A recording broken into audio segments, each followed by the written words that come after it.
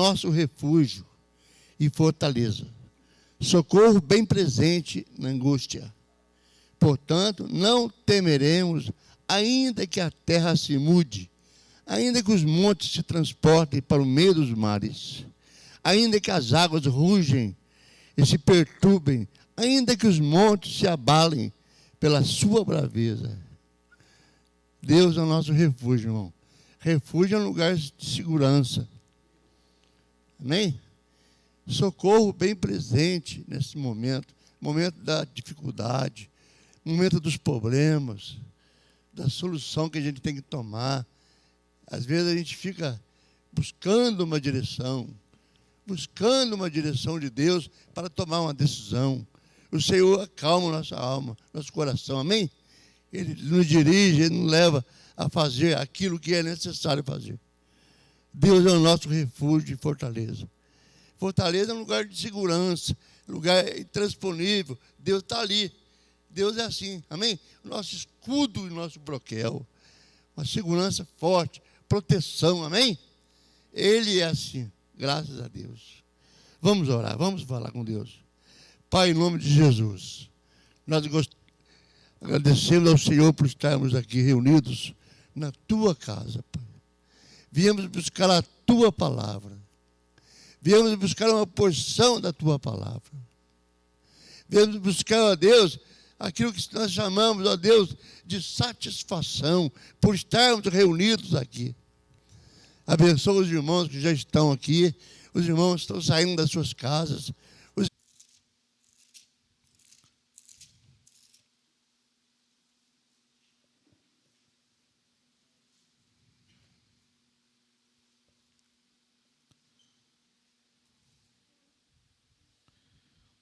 Provérbios capítulo 8. Provérbios capítulo 8.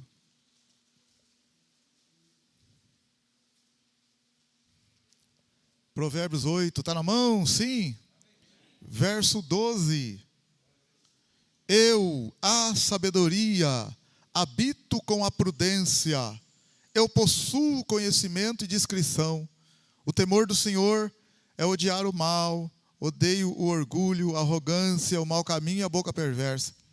Conselho e verdadeira sabedoria são meus. Eu tenho entendimento e poder. Por mim reinam os reis, e os príncipes ordenam justiça. Por mim governam os príncipes e os nobres, sim, todos os juízes da terra. Eu amo os que me amam, os que de madrugada me buscam me encontram. Riquezas e honras estão comigo, riquezas duráveis e justiça. Verso 22. O Senhor me possuiu no princípio dos seus caminhos, antes de suas obras mais antigas. Desde a eternidade fui ungida, desde o princípio, antes do começo da terra. Antes de haver oceanos, fui gerada, e antes ainda de haver fontes carregadas de águas. Antes que os montes fossem firmados, antes de haver outeiros, eu nasci. Antes que ele fizesse a terra ou os campos, ou mesmo o princípio do pó do mundo.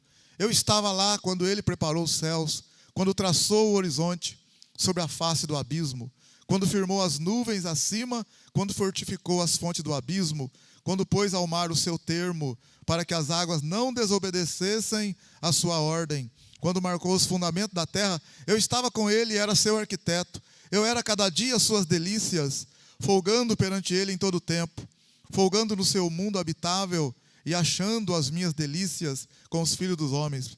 Agora, pois, filhos, ouvi-me. Bem-aventurados são os que guardam os meus caminhos. Ouvi a minha instrução e sede sábios, não a rejeiteis. Bem-aventurado o homem que me dá ouvidos, velando diariamente às minhas portas, esperando no limiar da minha entrada. Porque o que me acha a vida e alcança o favor do Senhor. O que, porém, não consegue me encontrar faz mal à sua própria alma. Todos os que me odeiam amam a morte. Que o Senhor nos abençoe, que o Espírito de Deus possa falar profundamente nos nossos corações. Precisamos de Ti, Senhor. Ajuda-nos. Entregamos nas Tuas mãos. Em nome de Jesus. Amém. Glória a Deus. Podeis assentar. Meus queridos, nós estamos discorrendo sobre, estudando sobre a grandeza de Cristo. Né? Na verdade, a gente está tentando falar algumas coisas, mas Cristo, Ele é muito maior do que aquilo que a gente possa falar sobre Ele. Porque Ele é imensurável. Glória a Deus. Aleluia. Ele é maravilhoso, Ele é santo, Ele é grande. Mas nós já demos uma passadinha no que é que os livros da Bíblia, alguns livros da Bíblia falam sobre Cristo. Cristo está em todos os livros da Bíblia. Nós falamos que Jesus está no Gênesis, né, como a semente da mulher. Explicamos sobre isso. Explicamos que Jesus está no Êxodo, como o nosso Cordeiro Pascual, além de outras coisas também. No Levítico, como o Cordeiro Expiatório. No Números, Jesus no Números, Ele é o que mesmo? Deixa eu ver se vocês lembram, em Números.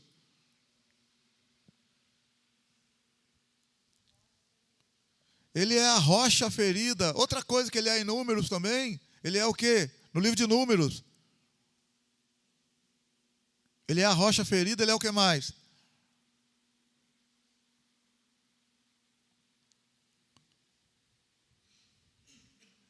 Ele é a coluna de fogo à noite e a coluna de nuvem de dia. É o que orienta e guia o povo de Deus. O povo só se movimentava baseado no mover da nuvem. Se a nuvem parava, o povo parava e se acampava. Se a nuvem se movia, o povo desarmava as tendas e seguia a nuvem. À noite a mesma coisa, quando era fogo. Então a representação do Espírito de Deus que guia a nossa vida. Amém? Aleluia? No livro de Deuteronômio, no livro de Números, ele é o que no livro de Números? Quem lembra? Fala então, repete então. Vai. Repete então. No livro de Números ele é o quê? Por que vocês estão estranhando? A rocha ferida, o que mais? Então, no livro de Deuteronômio ele é o quê? Estou pulando, vai.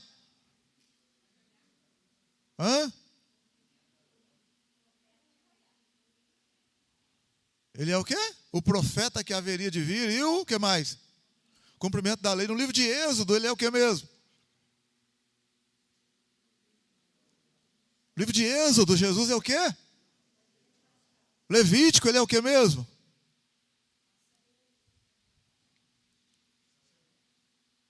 Levítico, ele é o que, gente? Acabei de falar agora há pouco. Cordeiro expiatório, sacrifício expiatório. No livro de Josué, ele é o quê? Senhor Jesus, no livro de Josué é o quê? Nosso general é Cristo. Amém? Aleluia?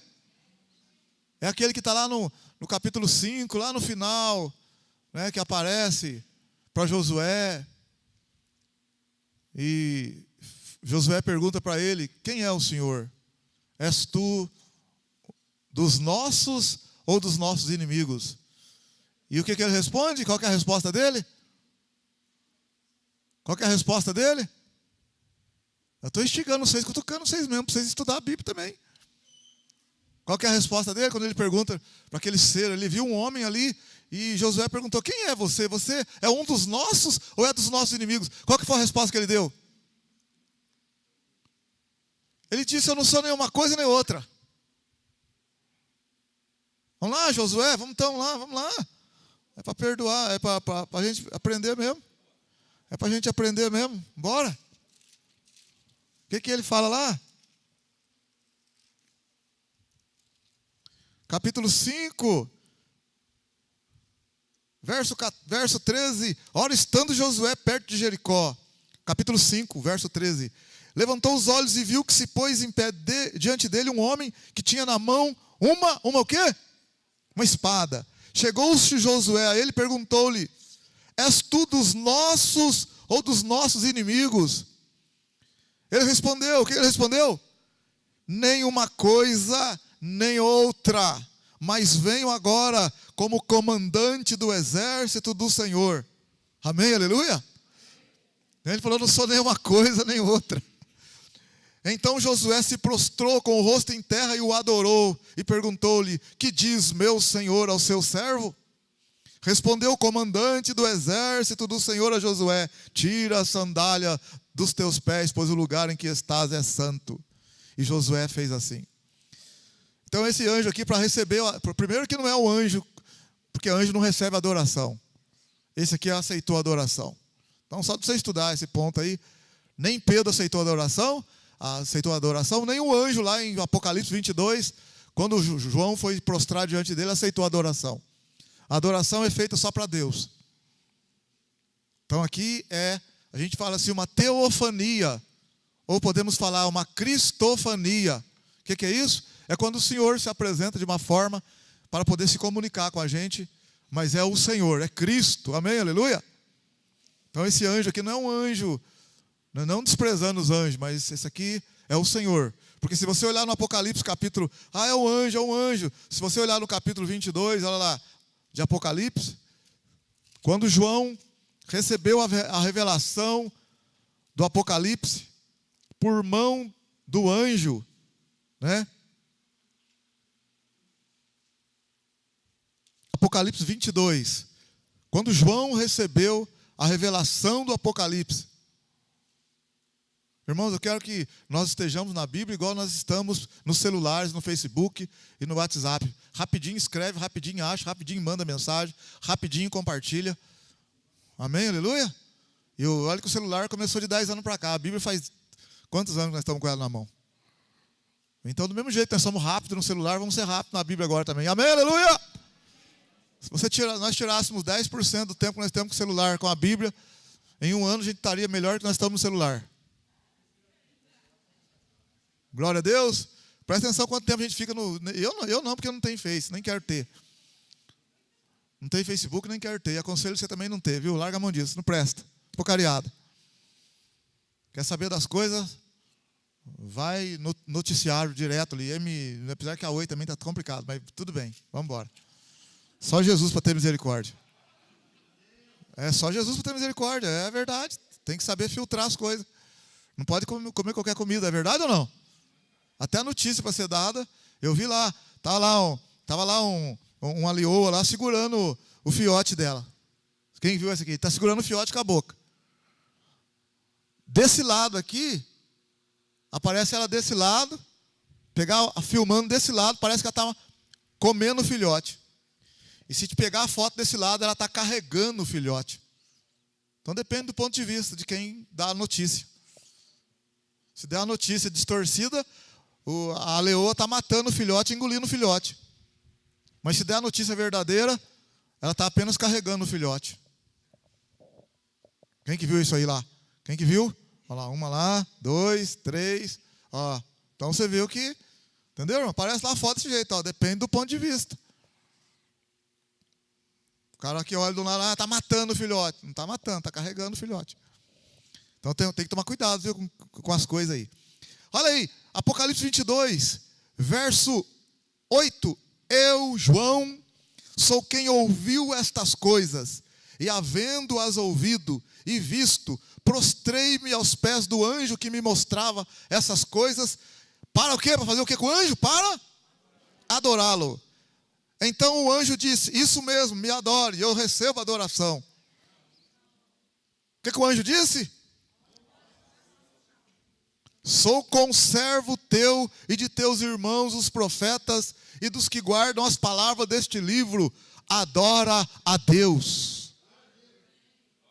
Então o anjo não aceitou a adoração, tá vendo? Então por isso que eu estou falando para você, às vezes os irmãos pensam que a gente está inventando. O anjo do Senhor lá aceitou a adoração. Que anjo que é aquele que aceita a adoração? Por isso que a gente fala que é Cristo em nós. Cristo é uma teofania, é uma cristofania. Tá? Se você olhar lá, quando Moisés também, a gente fala que o Senhor apareceu na sarça ardente, lá está escrito: o anjo do Senhor apareceu para Moisés na sarça ardente. E quando Moisés aproximou, ele falou: não chegue para cá, Moisés, não chegue para cá, o lugar que você pisa é santo. Aí ele falou: eu sou o Deus de Abraão, o Deus de Isaac, o Deus de Jacó. Tenho visto a aflição do meu povo, e quero que você vá lá e tire o povo das mãos do faraó. Ó, Então, aí, se você ler o Êxodo 3, está lá o anjo do Senhor, o mesmo que aparece para Josué. Só que ali com Moisés, ele aparece de uma forma diferente. Porque o nosso Deus é multi, amém, aleluia? Quem entende esse Deus, que lá no Êxodo 3 aparece daquele jeito lá. E no Josué 5 aparece com a maior tranquilidade, assim, do nada, assim. E Josué até pensa que ele é alguém de um exército, tanto de um lado como do outro. Mas lá com Moisés, ele falou para Moisés, não chegue perto de mim, não chegue para cá. Tira a sandália dos teus pés. E Moisés ficou de longe, escutando a voz. Quem é esse Senhor que depois da ressurreição aparece para os discípulos e fala para ele, pode tocar, sou eu mesmo. Pode tocar, sou eu mesmo. O que vocês têm de comer aí? Quem é esse que uma hora você pode tocar nele, e lá no Apocalipse capítulo 1, quando João viu ele, caiu para trás. Com a cara no chão, caiu e não pôde nem olhar nele. Ele falou, eu sou o último e o primeiro, sou o que fui morto, mas estou vivo. E vivo para todo sempre. Amém, aleluia. João não conseguiu ver ele. Quem que é esse? É o nosso Senhor, irmão, amém? Então, o que vai fazer? O máximo que nós aqui, humanamente, podemos fazer é trocar de roupa. Põe um terno, está diferente. Põe uma camiseta. Mas nosso Senhor, ele resplandece a glória, diminui a glória. Pode tocar, não pode tocar. É o Senhor, amém, aleluia?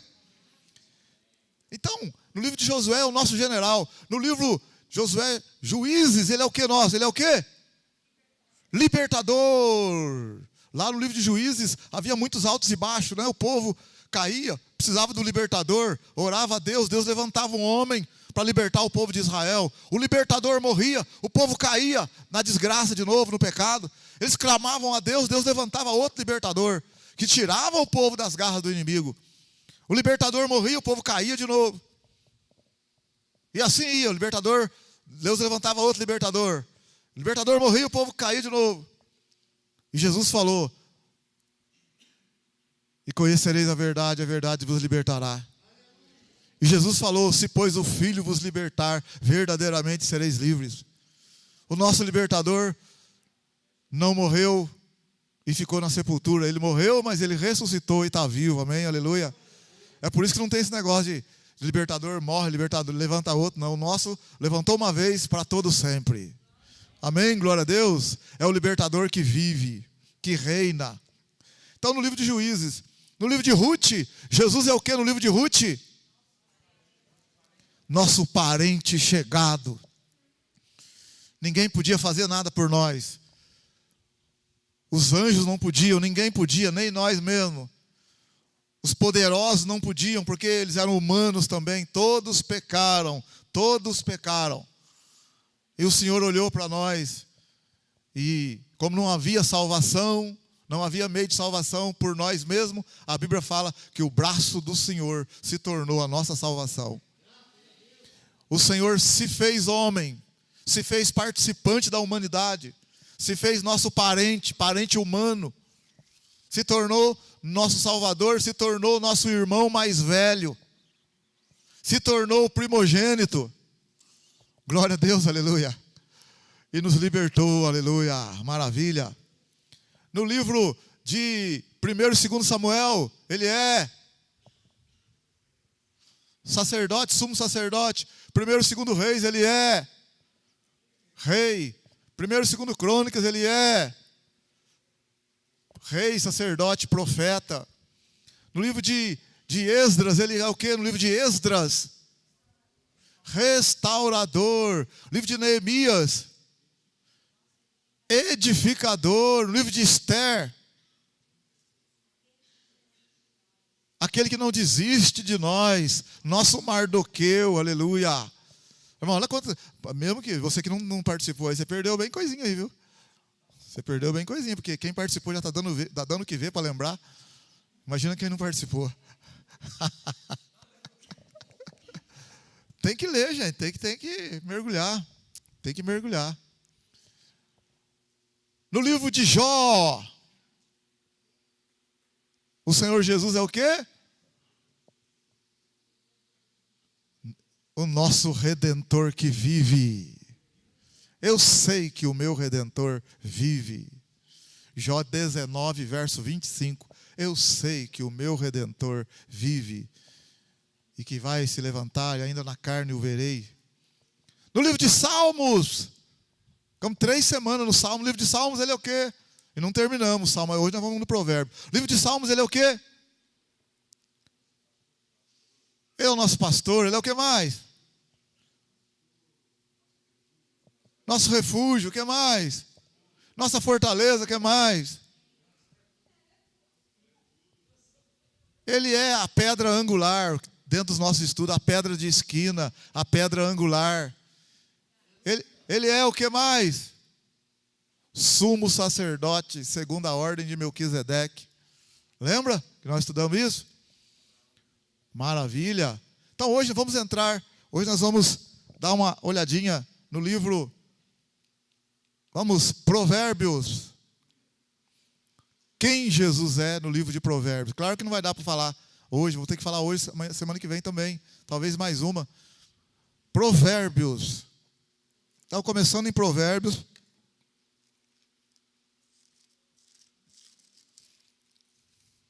Primeira coisa, Provérbios, o que é provérbio? Provérbios é a máxima. Provérbios é um conselho sábio, curto e sábio, pode ser longo também. Provérbio é algo com muita sabedoria que guia a prática do homem que tem temor. Quando abrimos nossas Bíblias, na primeira página do livro de Provérbios, é muito provável que nos deparemos com as seguintes palavras. Provérbio capítulo 1. Provérbios de Salomão. Sim ou não? Glória então. Provérbios de Salomão. Isso quer dizer que todos os provérbios que temos nesse livro foram escritos pelo rei de Israel, Salomão? Certo? Errado.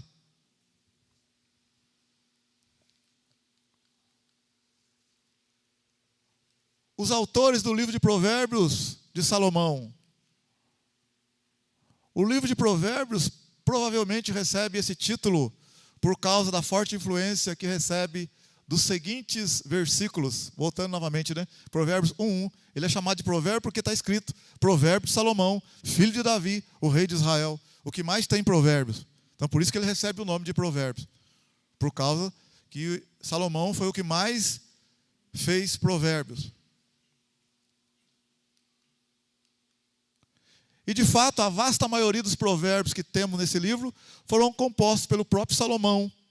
Este Salomão, segundo as próprias Escrituras, foi o homem mais sábio da história humana, pois antes dele e depois dele, nenhum outro se levantou com tamanhas credenciais.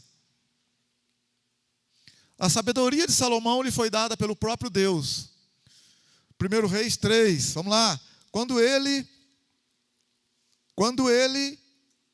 está em oração e depois ele dorme, né? Salomão pede sabedoria. 1 Reis capítulo 3, verso 5. 1 Reis, vamos ver o verso 3. Olha 1 Reis 3:3, né? Interessante, 3:3. Salomão amava o Senhor e andava nos estatutos de Davi seu pai, mas nos altos oferecia sacrifício e queimava incenso. Foi o rei a Gibeon para lá sacrificar, pois aquele era o alto principal. E 1000 holocaustos sacrificou Salomão naquele altar. Em Gibeon apareceu o Senhor a Salomão de noite em sonhos e lhe disse: pede o que queres que te dê. Respondeu Salomão: de grande benevolência usaste com teu servo Davi, meu pai, porque ele andou contigo em verdade, em justiça e em retidão de coração perante a tua face. Guardaste-lhe esta grande benevolência e lhe deste um filho que se assentasse no seu trono, como se vê nesse dia.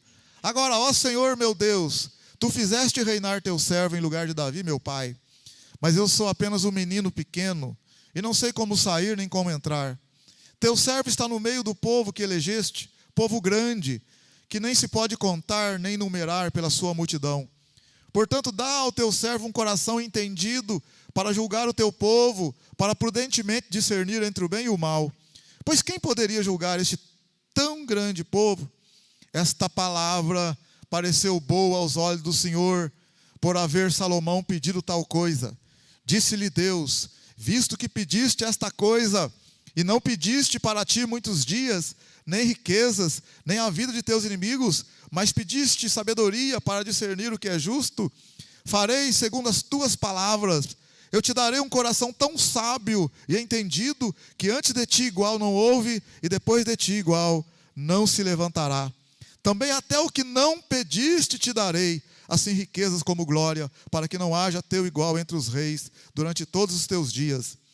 E se andares nos meus caminhos e guardares os meus estatutos e mandamentos, como mandou Davi teu pai, eu prolongarei os teus dias.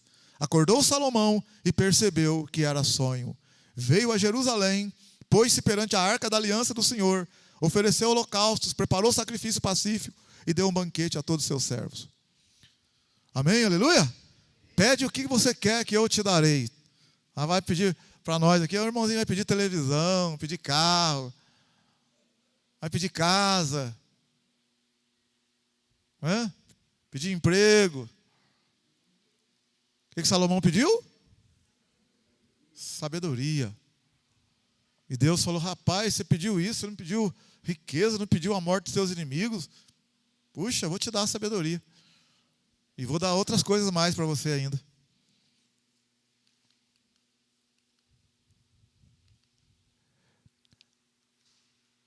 Eis o que as Escrituras Sagradas têm a dizer acerca de Salomão, quando comparado com outros sábios e a sabedoria de outras nações de sua época.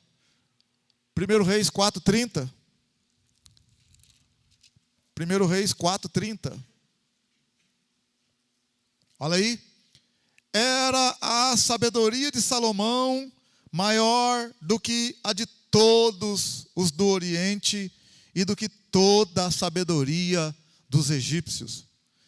Era ele ainda mais sábio do que todos os homens, mais sábio do que Etã, Ezarita, do que Emã, Calcol e Darda, filhos de Maol. E correu a sua fama por todas as nações em redor. Proferiu ele 3.000 provérbios, e foram seus cânticos 1.005. Discorreu acerca das plantas, desde o cedro que está no Líbano até o isopo que brota da parede. Também falou dos animais e das aves, dos répteis e dos peixes. De todos os povos vinha gente ouvir a sabedoria de Salomão, e da parte de todos os reis da terra que tinham ouvido da sua sabedoria. Pensa bem, os reis da terra vinham ouvir a sabedoria de Salomão. Ele era mais sábio do que todo o Egito, do que todos esses homens aí que eu andei pesquisando. Eram homens poderosos, super sábios. Enfim, ele era, conforme Deus disse, né? Antes e depois não haveria, humanamente falando, alguém tão sábio quanto Salomão. Era mais sábio do que todos os homens, né? Em vários lugares do livro de Provérbios, encontramos indicações que outros sábios da antiguidade ajudaram a produzir os mesmos. Ver, por exemplo, no caso do livro de Provérbios, né? Se você olhar em Provérbios 22, você vai ver que existem outras pessoas que também deram a sua participação no livro de Provérbios. Olha aí para você ver, em Provérbios 22, está escrito, no verso 17, inclina o teu ouvido e ouve as palavras dos sábios. Então está dizendo que outros também ajudaram. Aplica o teu coração ao meu conhecimento. Se a gente olhar também em Provérbios 24, 23. Provérbios 24, verso 23.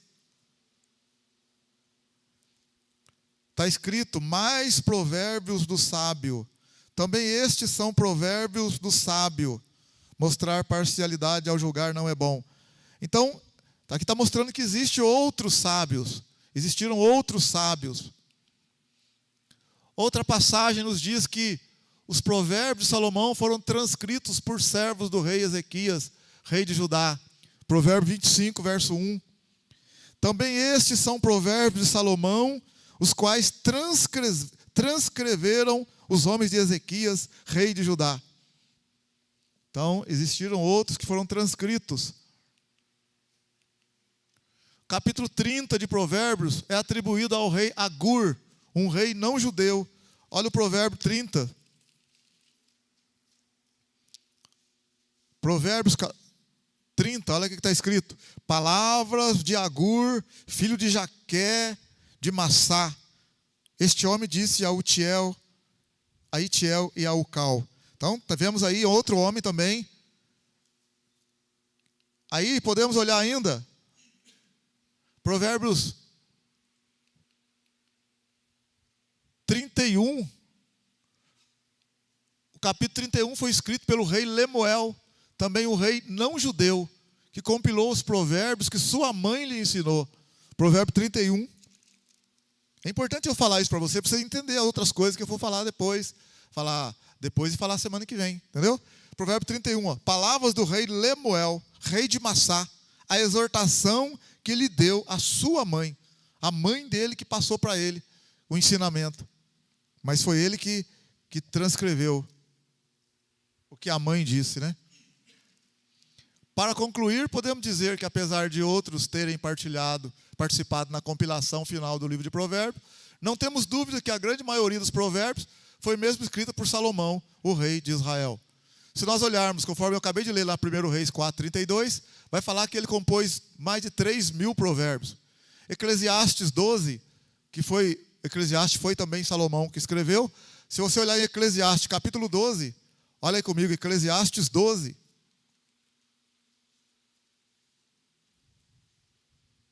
Verso 9. Eclesiastes 12, verso 9. Quanto mais sábio foi o pregador, tanto mais sabedoria ensinou ao povo. Estudou, inventou e compôs muitos provérbios. Está vendo aí? Salomão compôs muitos provérbios. Que ele que escreveu o Eclesiastes, né? Data da composição do livro. Aqui existem diversos fatores que precisamos levar em consideração. Salomão compôs seus provérbios, a maior parte daquilo que chamamos de livro de provérbios de Salomão, durante sua vida, né, ele 991, 931, tempo que ele estava reinando também, né, 40 anos, mais um pouco de vida. Davi viveu em torno do ano 1000, né, mil e pouco, antes de Cristo, Salomão depois, só que o tempo está decaindo, né? Ezequias, que ordenou a compilação dos provérbios escritos por Salomão, reinou sobre Judá no ano 726 a 697.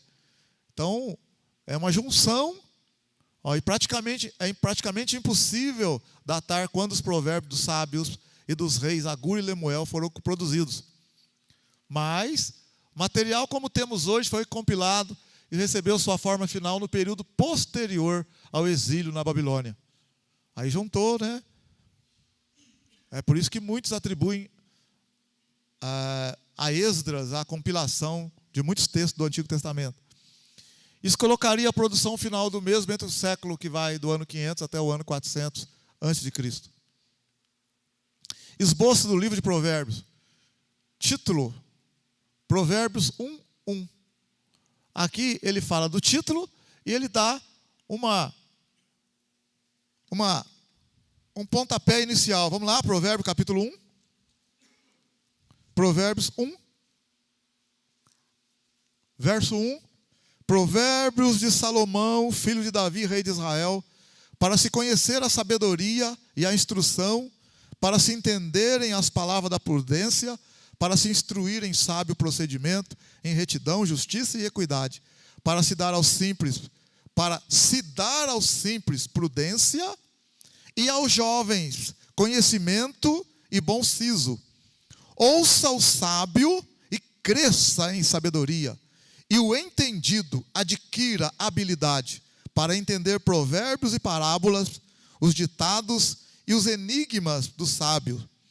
O temor do Senhor é o princípio da sabedoria, mas os loucos desprezam a sabedoria e a instrução. Então a primeira coisa que ele fala aqui é para a gente ficar atento, ouvir, para a gente ser prudente e ter bom siso. E ele fala, para começar a ter sabedoria, o princípio da sabedoria é o temor a Deus. O homem que começa, eu quero ter sabedoria, mas não tem temor a Deus, já está tudo errado já. Já estou falando para você, eu estou pedindo sabedoria para Deus, mas não tem temor a Deus, já está zerado. É como, eu costumo falar assim, eu costumo falar assim, imagina numa escada, a sabedoria está lá em cima, vamos supor que a sabedoria está lá em cima, e eu quero sabedoria. Aí ele fala, para eu começar a ter sabedoria, eu vou iniciar. Então o princípio da sabedoria é o temor ao Senhor. Eu nunca vou ter sabedoria se não tiver temor ao Senhor. É o princípio, é o começo. E o que é temer a Deus? Temer a Deus não é ter medo de Deus, mas para ser bem prático, o temor é o que está escrito em Provérbios 8:13, de forma resumida. Olha o que é o temor ao Senhor, em Provérbios 8:13. O que é o temor ao Senhor? O temor do Senhor é odiar o mal, o orgulho, a arrogância, o mau caminho e a boca perversa. Então eu já digo que se você está no mau caminho, no pecado, você já não tem temor a Deus. Se você está no caminho mau e você sabe que está, você não está no temor do Senhor. Está fora do temor. Se você é arrogante, ninguém pode falar com você, ninguém consegue falar com você. Se você se considera, eu me considero irrepreensível, não ensinável, então isso é orgulho. Quando alguém não consegue conversar comigo, expor uma ideia, porque a minha é melhor, eu tenho a última palavra, eu é que sei, isso é orgulho, isso é arrogância.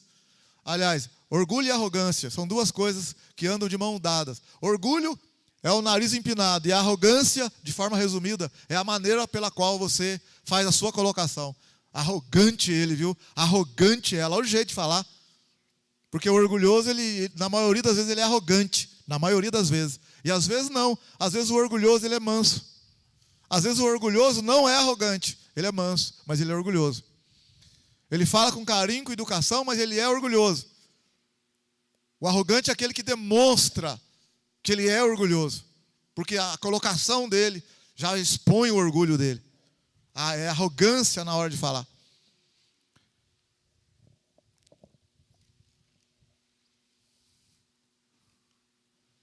O convite do Pai para atender a sabedoria. Provérbios 1:8.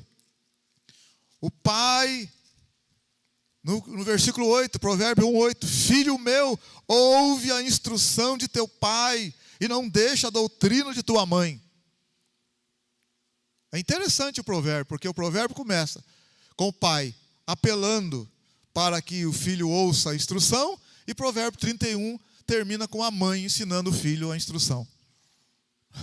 Ele começa no capítulo 1, o pai começando a ensinar, e ele termina no Provérbio 31 com a mãe. Mas o pai e a mãe servindo ao Senhor.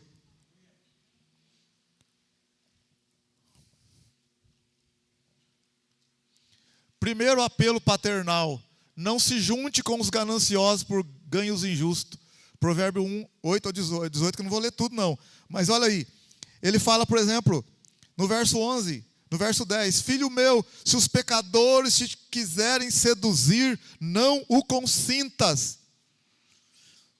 Se disser, vem conosco, não é para ir, irmão. Amém, aleluia?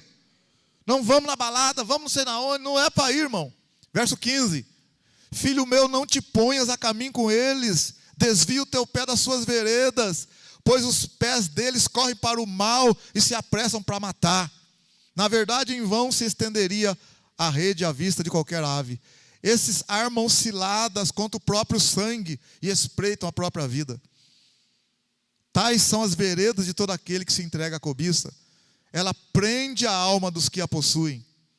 Então ele está falando, filho, qual que é o primeiro conselho que ele está dando ali?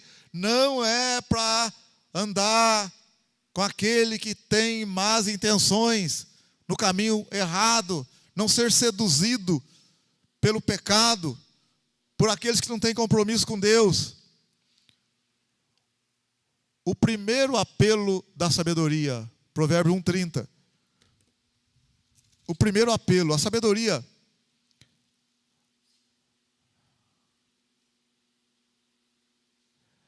Eu vou no 1:27 aqui para você entender melhor. Provérbios 1:27. Olha como a sabedoria vai apelar. Ela fala, uma introdução, ela fala assim, ó. Vindo como tempestade o vosso temor, e vindo a vossa perdição como tormenta, sobrevindo-vos aperto e angústia, então a mim clamarão, mas eu não responderei. De madrugada me buscarão, mas não me acharão. Quer dizer, buscando uma solução, uma saída. A sabedoria está falando, eu não vou ajudar você. Visto que aborreceram o conhecimento e não preferiram o temor do Senhor. Visto que não quiseram o meu conselho e desprezaram toda a minha repreensão, comerão do fruto do seu caminho e se fartarão dos seus próprios conselhos. Porque o desvio dos tolos os matará e a prosperidade dos loucos o destruirá. O que, porém, me der ouvidos, habitará seguro e estará descansado do temor do mal. A sabedoria está falando assim, olha, se você não me der ouvidos, se você não atentar ao que eu estou te dizendo, a hora que vir a tempestade na tua vida, a hora que vir a tormenta na tua vida, a hora que vir um aperto, a desgraça na tua vida, aí você vai me buscar de madrugada, buscar uma ajuda, buscar uma solução, buscar uma direção. Sabe o que vai acontecer? Eu não vou te ajudar. Eu não vou me apresentar. Você vai se virar, vai se lascar. Olha, então, a sabedoria, ela está fazendo um apelo. Ela está fazendo aqui, está em vermelho, não está dando muito bem para ver. Ela está fazendo um apelo. Qual que é o apelo dela? Olha, atenda ao que eu te disser. Atenda ao que eu te falar. Por quê? Também depois, na hora que você entrar numa situação difícil, você for me buscar, eu não vou atender você não.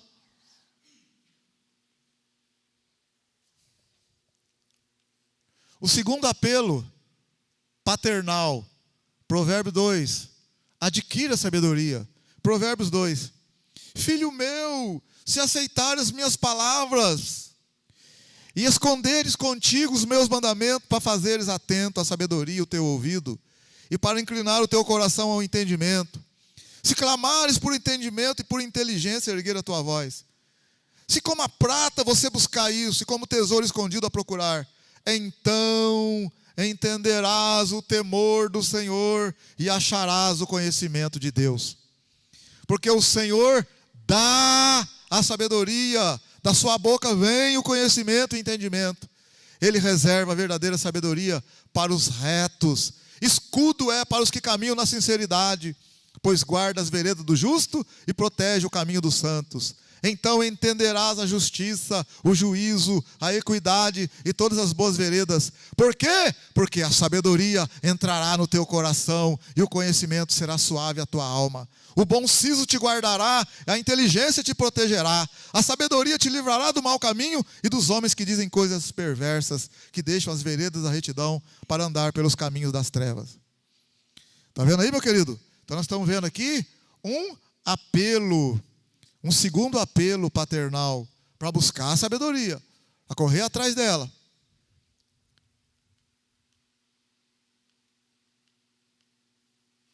Terceiro apelo paternal a favor do Senhor, Provérbios 3. Terceiro apelo agora do pai, o pai apelando. Olha o pai apelando. No capítulo 3, filho meu, não te esqueça do meu ensino. Você viu? O pai apelou no capítulo 1. O pai apelou no capítulo 2, capítulo 1. Vamos lá de novo, capítulo 1, verso 8. O primeiro apelo, capítulo 1, verso 8. Primeiro apelo, capítulo 1, verso 8. Filho meu, ouve a instrução do teu pai e não deixes a doutrina da tua mãe. Olha o capítulo 2, versículo 1, segundo apelo do pai. Versículo 1, filho meu. Então o pai chamando o filho.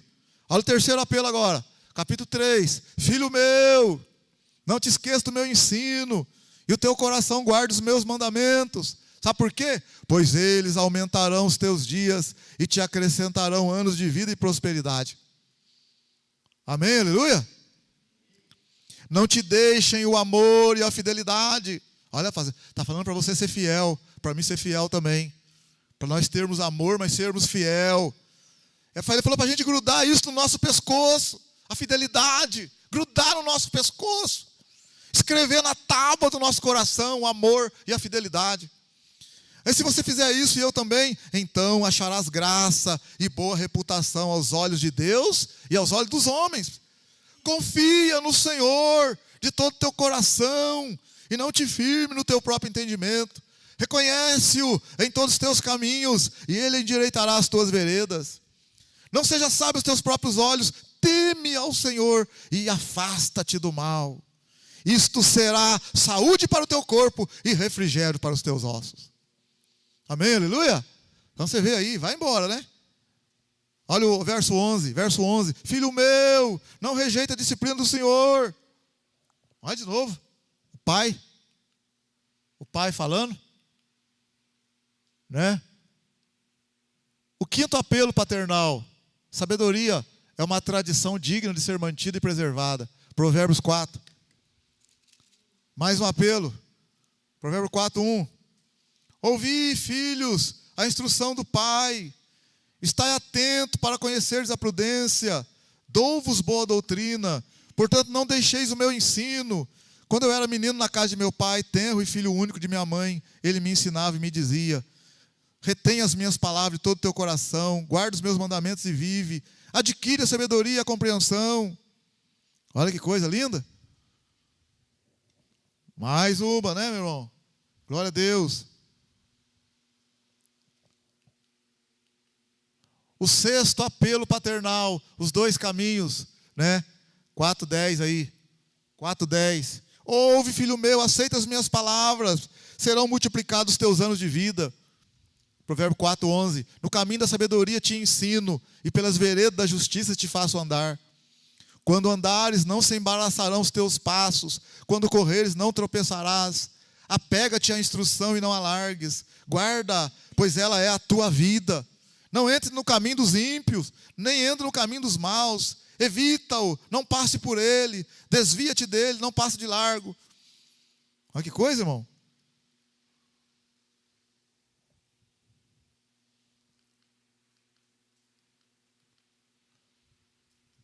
Sétimo apelo, 4:20. Mantendo um coração sábio, 4:20.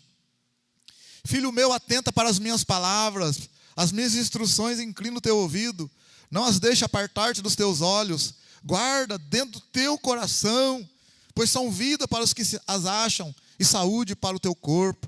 Então, mais uma vez, está falando para a gente ficar firme na instrução. O oitavo apelo, acerca da sexualidade, Provérbios 5. Até da área sexual. Filho meu, atende a minha sabedoria, as palavras de discernimento, inclina o teu ouvido, para que conserves o bom senso, e os teus lábios preservem o conhecimento. Porque os lábios da mulher adúltera destilam favos de mel, e as suas palavras são mais suaves do que o azeite. Mas no fim, ela é amarga como o absinto, aguda como a espada de 2 gumes. Seus pés descem à morte, seus passos levam ao inferno. Ela não pondera a vereda da vida, seus caminhos são incertos, mas ela não sabe. Agora, pois, filho, dá-me ouvidos, não te desvie das palavras da minha boca, afasta para longe dela o seu caminho. Olha quem está falando, irmão. Você que é homem aí, eu aí, afastar do caminho da mulher adúltera. E também, é claro, a mulher também, né? Se afastar do caminho errado. No verso 11, no fim, se você anda por esse caminho, se a gente entrar por esse caminho, olha o verso 11, no fim da tua vida, gemerá, você vai gemer, quando se consumir a tua carne e o teu corpo, você vai dizer assim, Como odiei a disciplina. Por que que eu... Ele está querendo dizer, por isso você vai falar, por que que eu não obedeci? Por que que eu não dei ouvidos? Como meu coração desprezou a correção. Não escutei a voz dos que me ensinavam. Está vendo aí? Verso 18. Verso 15. Bebe a água da tua própria cisterna e das correntes do teu poço. Do teu poço. Está falando para você ficar contente com a tua esposa. Tua esposa ficar contente com você. Você beber a água da tua casa, não beber a água da casa dos outros, não. Está dando uma indireta aqui, viu? É? Você beber água da tua casa, não beber água da casa dos outros, não. É? Olha o 18. Seja bendito o teu manancial. Ó, bendito o teu manancial. E alegra-te com a mulher da tua mocidade. Amém? Glória a Deus. Como corça amorosa e gazela graciosa, saciem-te os seus seios em todo o tempo, e pelo seu amor seja sempre cativado. Por que, filho meu, ser cativado pela adúltera? Por que abraçar o seio da mulher alheia? Não é só adúltera não, às vezes a mulher não é adúltera, no sentido assim de estar ali, né, direto fazendo com vários homens, mas é uma mulher que não é adúltera, mas está cativando um homem. Por que abraçar o seio da mulher alheia? Olha aí. Por que abraçar o seio da mulher alheia? Porque os caminhos do homem estão perante os olhos do Senhor. Ele examina todas as suas veredas. Quanto ao ímpio, as suas iniquidades o prendem. Com as cordas do seu pecado é detido. Ele morrerá por falta de disciplina e pelo excesso da sua loucura anda errado. Está querendo dizer? O homem que anda por um caminho desse é louco. A mulher que anda por um caminho desse é louca. Advertência contra fiança, preguiça e o ato de semear discórdia. Provérbios 6. Provérbios 6. Verso 4. Não dê sono aos teus olhos, nem repouso às tuas pálpebras. Livra-te como uma gazela da mão do caçador, como uma ave da mão do passarinho. Vai ter com a formiga, ó preguiçoso. Olha para os seus caminhos, ser sábio. Então está falando da preguiça. Dorme, enche o pandu e depois fica reclamando que não dá nada certo. Olha o verso 9. Olha o verso 9. Ó preguiçoso, até quando ficarás deitado? Até quando ficarás deitado? Quando te levantarás do teu sono? Então ele fala para a gente aprender com a formiga, né? Um pouco para dormir, um pouco para cochilar, um pouco para cruzar as mãos em repouso. Aí um pouco ele dorme. Agora não estou dormindo, não, estou cochilando. Aí cruza a mão. Aí não, agora estou repousando. Né? Igual aquela historinha, o cara dorme o dia inteiro, de noite. Aí alguém perguntou para ele, rapaz, não é possível você ficar o tempo inteiro deitado, dormindo. Não dá vontade de trabalhar? Ele falou, dá. Claro que dá. Mas o que você faz quando dá vontade de trabalhar? Ele falou assim, eu espero a vontade passar. Meu pai, perdoa, pai.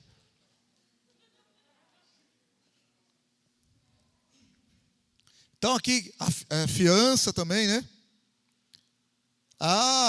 Olha aqui no versículo 16. Há 6 coisas que o Senhor odeia. 7 que a sua alma abomina. Primeira, olhos arrogantes, é o número 1. Língua mentirosa. Mãos que derramam sangue inocente. Coração que elabora projetos iníquos. Pés que se apressam a correr para o mal. Testemunha falsa que profere mentiras. E a última, que é a pior de todas, segundo aqui, o que semeia contenda entre irmãos. É a pior de todas. Tá? A 7ª, ele abomina. Engraçado que ele fala, as 6 coisas, no verso 16, as 6 coisas que o Senhor odeia. Uma palavra que mais forte do que odeia, não tem como falar essa palavra, ele colocou abomina. Abominar é pior do que odiar. Então não pensa, então Deus odeia só a 7ª, então eu posso ter língua mentirosa. Não, língua mentirosa Deus odeia. Testemunha falsa Deus odeia. Agora abomina é aquele que semeia contenda entre irmãos. Cuidado, irmão, que você leva daqui, leva para lá, né? A Bíblia fala também no Levítico, né? não haja no meio de vós mexeriqueiro. Chupa mexerica para você ver, não tem como, ela fica cheirando na sua mão o dia inteiro. Mexeriqueiro a gente conhece de longe. Vamos ver se eu consigo achar o versículo lá, acho que é Levítico 18 ou 19. Vamos ver lá. Alguém vai como é que fala mesmo?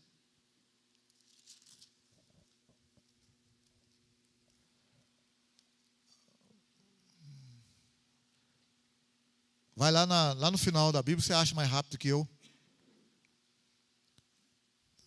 Ou é...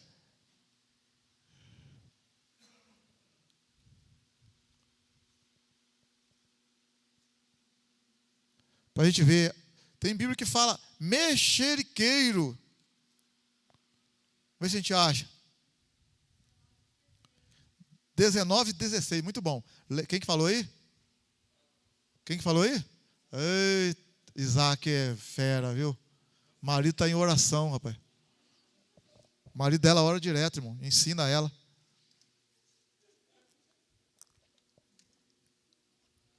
Ó, Levítico 19, verso 16. Não propagarás mexericos no meio do teu povo.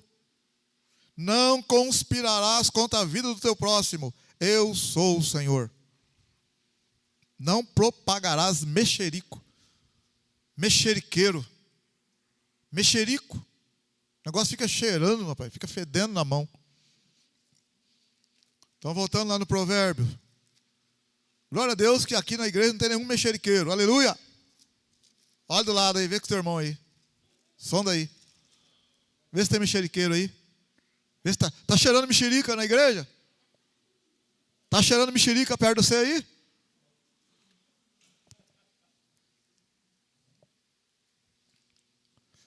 Mais um só, para a gente terminar. O 9º apelo paternal. O adultério leva à ruína. 6:20. Provérbios 6:20. Filho meu, guarda os mandamentos de teu pai, não deixe o ensino de tua mãe. Ata-os perpetuamente ao teu coração, pendura-os ao teu pescoço. Quando caminhares, te guiarão. Quando deitares, te guardarão. Quando acordares, falarão contigo. Porque esses mandamentos são lâmpada, este ensino é luz, e as correções da disciplina são o caminho da vida. Para te guardarem da mulher imoral e da sedução da língua da adúltera. Não cobices no teu coração a tua formosura, nem te deixe prender pelos teus olhos. Pois a prostituta te reduz a um bocado de pão, e a adúltera anda à caça da tua própria vida. Verso 29. Assim é o que dorme com a mulher de seu próximo, não ficará inocente todo aquele que a tocar.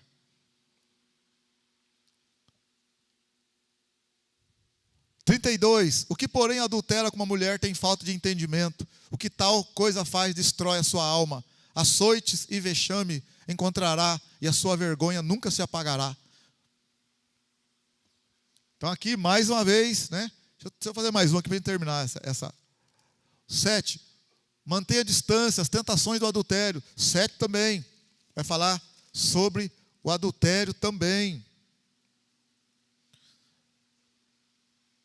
Provérbios 7, verso 4. Dize à sabedoria, tu és minha irmã, e ao entendimento, chama teu parente, eles te guardarão da adúltera, da estranha, que seduz com as suas palavras. Vai falar mais algumas coisas aqui. Então você está vendo que o negócio não é brincadeira não, o negócio é sério. Então vamos parar aqui, o segundo apelo da sabedoria. Então, gente, nós estamos vendo aqui que o livro de Provérbios, ele está dando muitas instruções. Ele dá instruções para a gente. E às vezes a gente fica pensando assim, nossa, vou seguir a risca. Sim, vamos tentar fazer o máximo que a gente puder. Mas, quero dizer uma coisa. Mesmo que a gente conseguisse, nós não vamos conseguir. Mas mesmo que se conseguisse, nós precisamos de Jesus. Amém? Aleluia?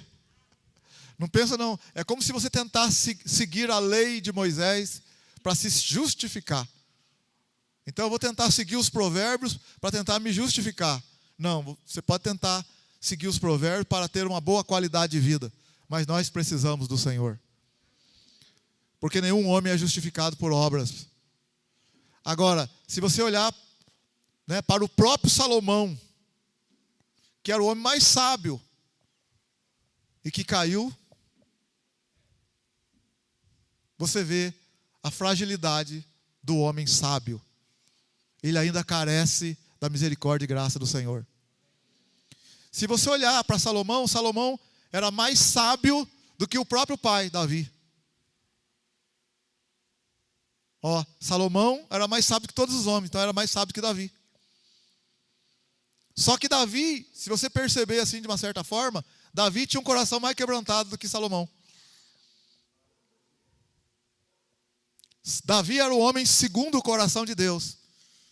E o filho era o homem mais sábio. O homem mais sábio começou bem, de acordo com a vontade do pai, Davi. Só que ele se deixou levar. Por quê? Terminando aqui, Jeremias 9, diz assim. Jeremias 9, diz assim no verso... Deixa eu achar aqui.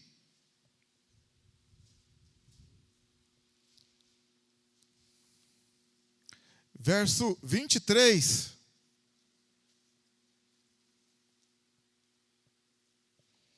Assim diz o Senhor: não se glorie o sábio na sua sabedoria, nem se glorie o forte na sua força, nem se glorie o rico nas suas riquezas. Mas o que se gloriar, glorie-se nisto, em me conhecer e saber que eu sou o Senhor, que faço misericórdia, juízo e justiça na terra, porque dessas coisas me agrado, diz o Senhor. A gente fica pensando, né? Só sabedoria, sabedoria, sabedoria. É muito importante. Mas não se glorie o sábio na sua sabedoria, nem o rico na sua riqueza, nem o forte na sua força. Mas o que se gloriar, se glorie nisso, em me conhecer e saber que eu sou o Senhor. E que faço misericórdia, juízo e justiça na terra, porque dessas coisas me agrado, diz o Senhor. Amém, aleluia? Então nós precisamos do Senhor Jesus, amém? Glória a Deus. Sem o Senhor não adianta. Jesus é maior do que Salomão. Jesus é maior do que tudo, glória a Deus. Vamos ficar em pé. Semana que vem a gente continua. Não vamos parar não, para você poder entender. Tem coisas boas aí indo para frente, viu? Tem coisas ótimas para a gente entender. Quem Jesus é no livro de Provérbios. Quem Jesus é no livro de Provérbios. Senhor, entregamos nas tuas mãos. Obrigado por essa noite, pela tua palavra. Bendito seja o teu nome, Senhor. Ajuda-nos, Senhor, a termos sabedoria, a buscar a sabedoria. Mas mais do que nunca em conhecer o Senhor, em exercer a misericórdia, em depender do Senhor. Ajuda-me, Senhor, ajuda a tua igreja. Aleluia, entregamos nas tuas mãos, Senhor, essa noite. Aprendemos várias coisas aqui, Senhor. A não andar no caminho do ímpio, a não ser preguiçoso, a confiar em Ti, a não nos estribarmos no próprio conhecimento e entendimento, a fugir da mulher imoral. Aprendemos muitas coisas, Senhor. Ajuda-nos, Senhor, a temer o Teu nome, a honrar o Teu nome, a exaltar, a sermos homens e mulheres de Deus, a ensinar outros como o próprio Pai ensinou Salomão. Ajuda, Senhor, ajuda, Senhor, ajuda, Senhor, a Tua casa, o Teu povo, a Tua igreja. Entregamos tudo a Ti, Senhor, tudo a Ti. Amém. Que o amor de Deus, a graça do Senhor Jesus e a comunhão do Espírito Santo esteja com todos. Todos digam. E todos digam. Com alegria, todos digam. Cumprimenta o seu irmão com a paz do Senhor. Deus abençoe, Deus abençoe.